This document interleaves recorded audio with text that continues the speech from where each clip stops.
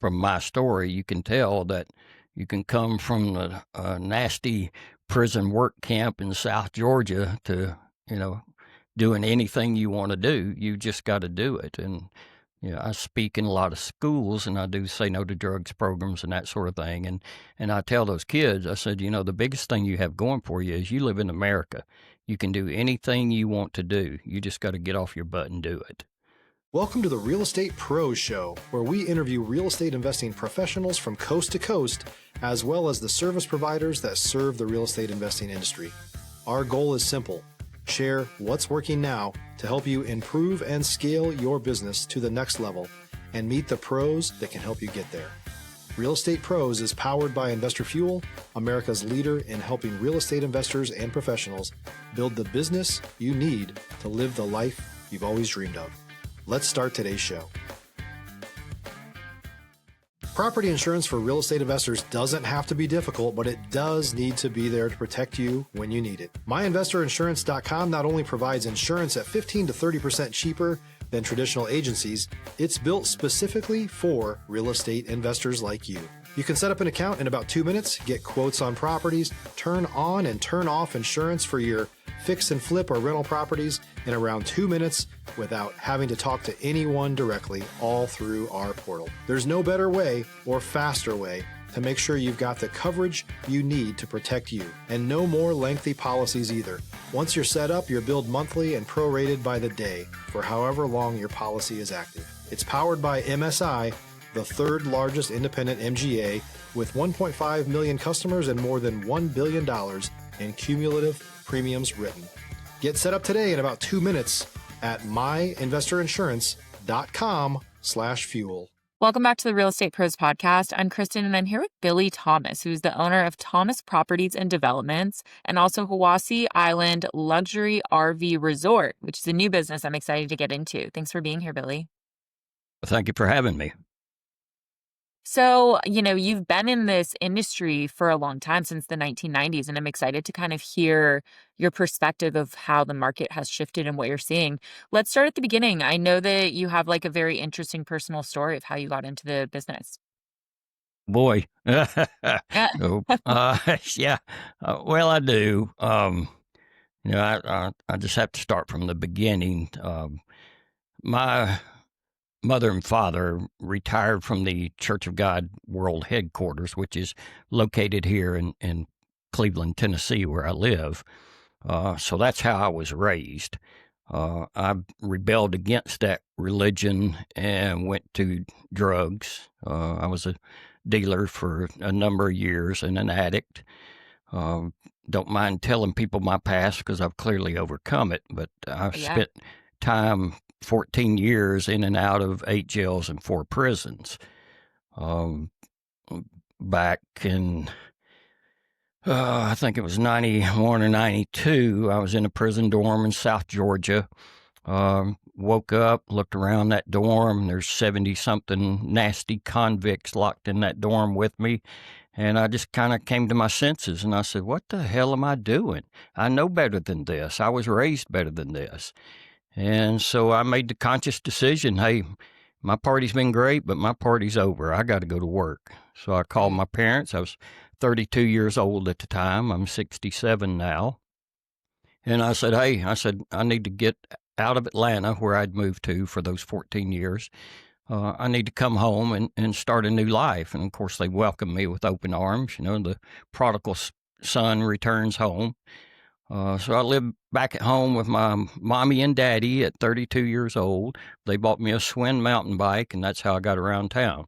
Living at home with mom and dad, convicted felon, had lost my family, which is a whole nother story, riding a bicycle. And worked hard, stayed straight, been clean now for 35 years, I believe it is. Wow. But how I got started in land development, which is what I do, I went to work for a local developer here in Cleveland, Jim Sharp. Jim was by far the leading residential developer in our area. And I went to work for him just as a laborer. and running the tractor, doing what we call grubbing lots, clearing and burning brush and that sort of thing. Still had my long hair and all that. But one day Jim got me in the truck and he said, Billy, I want to talk to you. He said, where you plan to be in 5 years from now? And, I was still, just trying to get established, get started over. And I said, Jim, I don't know. I take it day by day. Stop living on an island and join the #1 mastermind in America for professional real estate investors. Investor Fuel is a community of hundreds of the nation's top investors working together to build stronger businesses and better lives. In addition to the amazing community of real estate investors acting as a board of advisors for one another, Investor Fuel members have access to 100% funding on purchase and repairs for our members only, a health insurance program, and benefits and discounts that more than pays for the membership of most of our members, meaning it's actually costing you money to not be a member of Investor Fuel. If you're looking to scale your business and build a business that allows you to live the life of your dreams, please visit investorfuel.com today and book a call with our team. I don't look ahead like that at this point. And he said, Billy, I'm going to tell you something that'll change your life. And I said, well, great. He said, you've got to set goals. You've got to set goals so you know what the target is. You can't hit the target if you don't know what the target is. He said, I would advise you to go home, set yourself some goals, some long-term goals and some short-term goals. And that way, when you get up the next day, you know what you need to do to hit those goals. And so I did that. And my small goals were things like get my license back, establish my credit because my credit was destroyed from unpaid medical bills, from ambulance rides, from DUI wrecks and that sort of thing, fights and so on. And then my long-term goal was I always wanted rental property. So I set the goal to get my first rental property the first year, get 2 the second year, which would give me 3, get 3 the third year, which would give me 6, and on and on. So at that point, I knew, like he said, what I needed to do. So I go to the bank and I talked to one of my high school buddies who was a banker, and he pulled my credit and told me what I needed to do to repair my credit. Excuse me. So I did that, and he loaned me the money to buy my first little rental house. I paid $16,000 for it, a little row house, so to speak. Remodeled it in the evenings on my own after working for Jim. I'd go over there and rip out the carpet, patch, paint, whatever. Rented it for a little while, and then I sold it. Made around $10,000 on it. I used that money as a down payment for a 4-acre tract that had just an old farmhouse on it, just raw 4 acres, an old farmhouse. Demolished the farmhouse, cut it into quadruplex lots, and built, I think there were 4-unit townhouse buildings when I sold it. There are now more than that, but I made, I think, the first building about $26,000. Took that money and used it for the down payment on a 50-acre tract where I developed a 234-lot mobile home park. It's an upscale mobile home park, manufactured housing community, which is basically a glorified trailer park. But anyway, it was a very nicest in the area. Had a swimming pool and paved and curbed streets and decorative street lighting, real beautiful entryway with stone signage and irrigation and nice landscaping. So it was something that hadn't been done in this area. I sold that development to a group out of California that has mobile home parks all over the country. That was back in the 90s. Sold for $1,563,000. So I did, good on that. Used that money to buy other mobile home parks and just rocked and rolled from there. That's amazing. I mean, such an impressive personal story. You really overcame a lot. I'm interested in when you kind of made that shift into real estate. Obviously, real estate investing is very challenging, and you're your own boss, and there's not a lot of, the accountability falls on you. So, how did you kind of manage that? having just come from sort of a rocky past where you weren't necessarily stable, what are kind of your tricks for getting into that entrepreneurial mindset? If you're looking for consistent, high-quality leads, look no further than Investor Machine. Investor Machine isn't just another agency, it's the most sophisticated, data-driven lead generation company on the planet for real estate investors, and serves the role of being not just a lead generator for your business, but a marketing partner that is helping you achieve your goals along the way. Go to investormachine.com to learn more and schedule a call with our team today.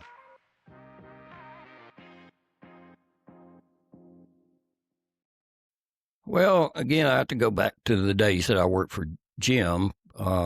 During that tenure, I met everybody who is anybody in the developing business, the surveyors, the contractors that do the water and the sewer, the engineers at the electrical company, everyone that you needed to know in order to develop property, I had met through Jim, and they all knew me as Jim's guy, and Jim had an awesome reputation. He was a great guy.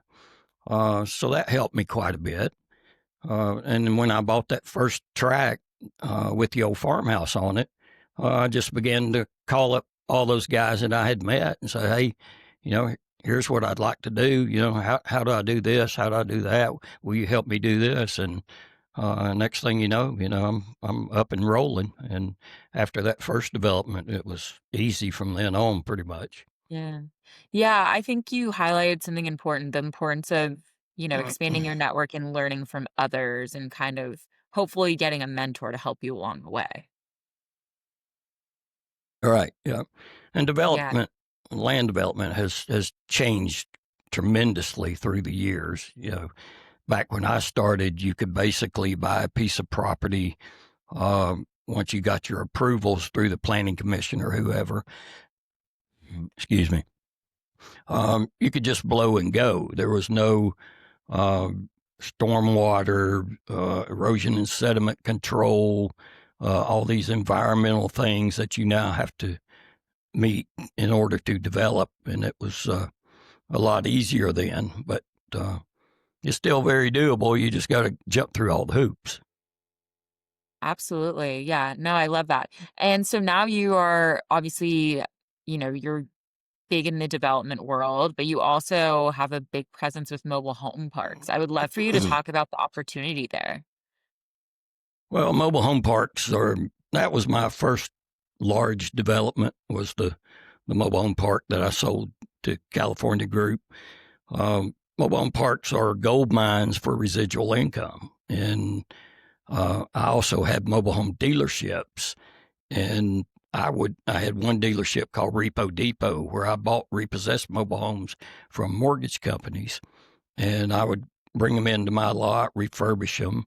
Well, if I had a mobile home park that had a dilapidated mobile home on it, I'd just take one from my dealership, pull that old dilapidated home out, put the new one in it, and raise the quality of the park and the quality of the tenants and the income. And so that there's a lot of opportunity in mobile home parks, and as most of your viewers will know. Yeah, absolutely. I think that's amazing. And then, you've seen kind of, talking about how the market's changing, you've been in it for a while, you've seen the ups and downs. What is your advice on kind of the changing market and remaining steady and remaining, agile within it? Well, yeah, obviously you have to do your due diligence, and you know, the industry has tightened up quite a bit. I'd say prices are up. Used to, you could buy parks much cheaper than what you can buy them now. I think that's because people have realized the value in them. Um, so it's just a harder market to get into now than it was previously. You have to pay a little more, your cap rate's a little less, but it's still a great market to tap into. Yeah, and kind of I would love for you to talk about maybe like shifting strategies, like adapting your portfolio to the market. If you're a new or newer real estate investor looking to launch or grow your real estate investing business, please check out Investor Fuel Club. It's a coaching community, but unlike anything you've ever seen before. And you can actually partner with members of our mastermind from coast to coast on deals right in your market. There's no better opportunity to build a consistent business than to literally partner with pros to help you avoid costly mistakes, avoid the need for capital to do deals, and help you eliminate your fears as you're starting your business. Learn more about Investor Fuel Club at investorfuel.com/club. Well, yeah, when I first got into it, and I'll go back to that original park, my plan at that point was just to develop the park and let dealers fill the lots with mobile homes that they had sold, and I just get the lot rent because that was virtually zero maintenance. You're renting them a space, they cut their own grass, something breaks in their home, it's on them because they're homeowners. There's not much that can go wrong maintenance-wise with a mobile home lot. So that was my original plan. So I was only planning on having that one income, which was lot rent. When I hooked up with Clayton Homes, I became a Clayton dealer. I went from one income on that same project to 9 different incomes, and it was amazing. They set me up as a dealer, so I made the profit from the sale of the homes. I got kickbacks on the financing. I could bump the rates. Clayton has their own finance group, so they would finance my buyers. They actually financed the entire development for me. So they were very deeply invested in me, so they knew that I had to have home sales to make this whole project work. So they would finance the homes. I could bump the rate. So every time one of my residents sent their mortgage payment in, I would get a kickback of whatever the bump was, 2% or whatever, which was typically $30 to $70 times, at that time, 77. So that got up to thousands of dollars a month.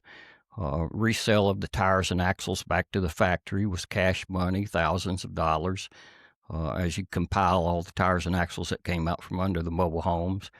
I did a TVA Energy Right community. TVA gave me $550 every time I brought a home in, because I would order the homes with the TVA Energy Right package, which didn't cost me anything. I passed it on to the buyer of the home, of course. So, like I say, when I first went to develop that park, my plan was only to rent lots and not own any homes. But that was at the point where the finance market was changing, and financing tightened up to where lenders would not lend money, for the most part, would not lend money to chattel loans, where people wanted to buy a mobile home, put it in a park. If they didn't have land to go with it, they couldn't get financing. So that kind of forced me, and forced pretty much everyone in the mobile home park business, to start owning homes. So through the years, as I continued to buy mobile home parks, what I did basically was I would buy a dumpy mobile home park that needed renovation. And I would do, like I was saying earlier, I would take the old homes out, get the druggies out, bring in a new home, get a family in, raise the rent because it was a newer, more modern home, larger home. But my goal was to own every home in the park. And so that's what I've done for the last several years. I would buy existing parks and renovate them and update them, get the income stream up. And Yeah. That's amazing. Yeah, you're definitely very, conscious of what's going on in the market and adapting your strategy to that. I know that you're kind of looking into the commercial space now. Can you talk about what you're seeing there? well, I am. I'm just starting to look into that. I've never done that before. I've always been into um, that's.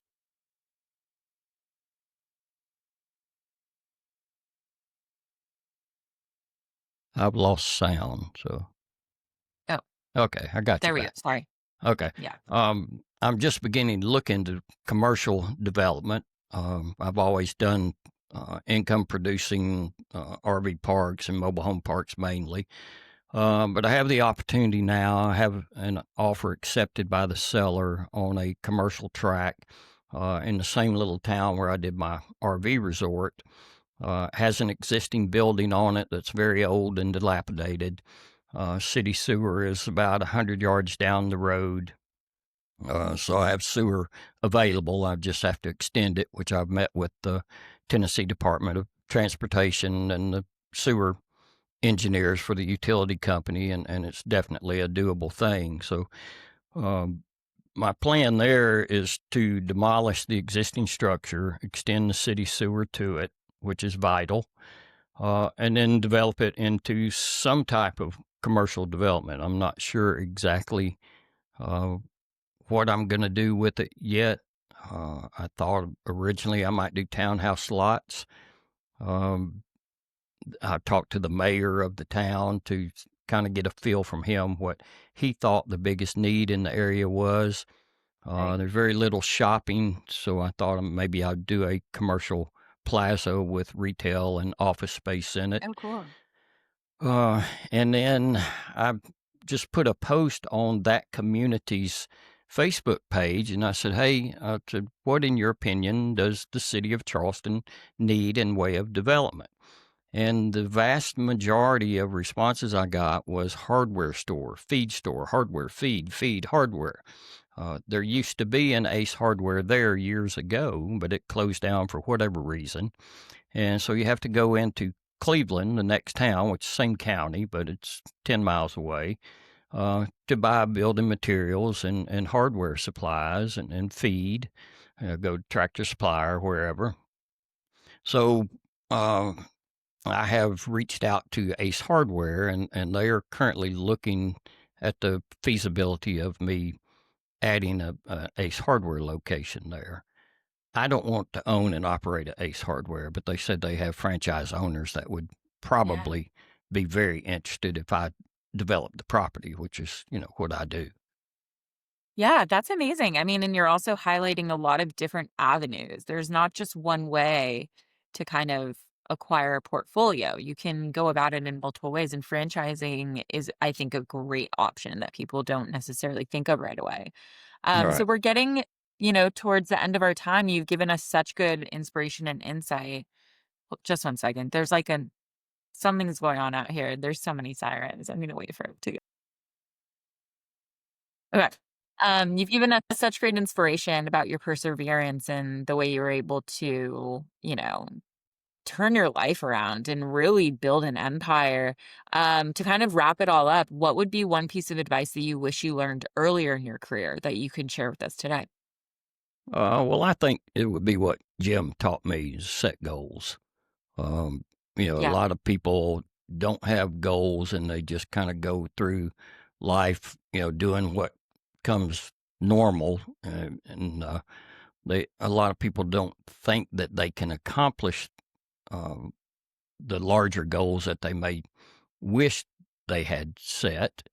Right. But obviously, from my story, you can tell that you can come from a nasty prison work camp in South Georgia to, doing anything you want to do. You just got to do it. And, I speak in a lot of schools and I do say no to drugs programs and that sort of thing. And I tell those kids, I said, the biggest thing you have going for you is you live in America. You can do anything you want to do. You just got to get off your butt and do it. So Yeah. that would be my advice. Set some goals and just do it. I love that. I think that's a great note to end on. So tell everyone where to find you. Um, of course, I'm on Facebook, Billy Thomas. I have a website for the RV resort. It's Hiawassee Island. That's HIAWASSEE, HiawasseeIsland.com. Also have a Facebook page for that. Same name as the resort, Hiawassee Island Luxury RV Resort, LLC. My phone number, my cell phone is 423-650-2168, and that's on 24/7. Amazing. Well, thank you so much, Billy. Well, thank you for having me. I've enjoyed it. And hopefully we'll get to do some business out of this. Yes, I hope so too. I really encourage everyone to check Billy out. And we hope that you learned a lot from this episode and got some inspiration for your own business. So we'll see you back next time. Bye. Thanks for joining us for today's Real Estate Pros Show. You can learn more about the amazing benefits of the Investor Fuel Mastermind community, including surrounding yourself with hundreds of other rock stars, 100% financing for your deals, and members-only discounts from vendors you're likely already using that, as a member of Investor Fuel, will save you more than the cost of your membership. Visit investorfuel.com to learn more. If you're interested in joining us as a guest of this show, please visit investorfuel.com/pros to apply. You can also check the show notes for access to free resources, how to get access to world-class lead generation, and much more.